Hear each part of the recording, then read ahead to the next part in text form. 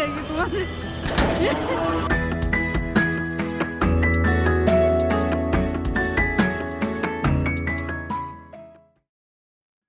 এই যে শুনতে পাচ্ছেন, এই গুঞ্জনটাই তো রবীন্দ্র সরোবরের মেলার প্রাণ।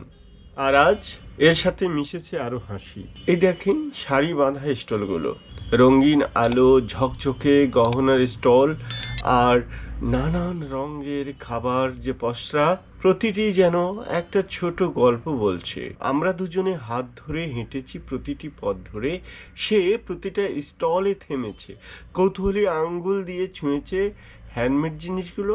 আর আমি দেখেছি তার সেই বিস্ময় ভরা চোখ দুটো। আমার প্রিয়াকে নিয়ে এমন একটা সাধারণ সন্ধ্যা, মনে হচ্ছে যেন সময় থমকে দাঁড়িয়েছে।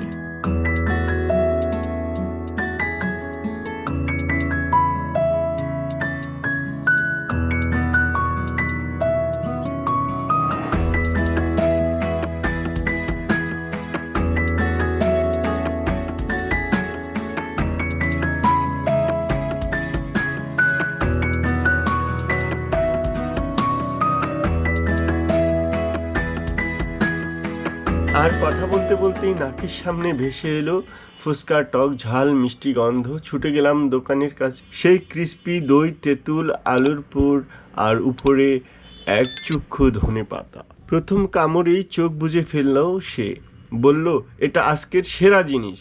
মুখ ভর্তি ফুচকা নিয়ে তার সেই আনন্দ দেখাটাই আমার জন্য আসল খাবার ছিল মনে হয়।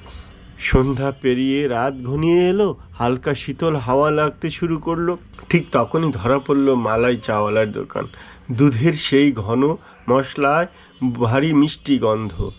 দুটো গরম কাপ হাতে নিয়ে বেঞ্চিতে বসে পড়লাম। রবীন্দ্র সরোবরের একটা ছোট মেলা, ফুচকার স্বাদ, মালাই চায়ের উষ্ণতা, সব কিছুই যেন সাজানো ছিল আমাদের এই সাধারণ কিন্তু অসাধারণ এই মুহূর্তের জন্য।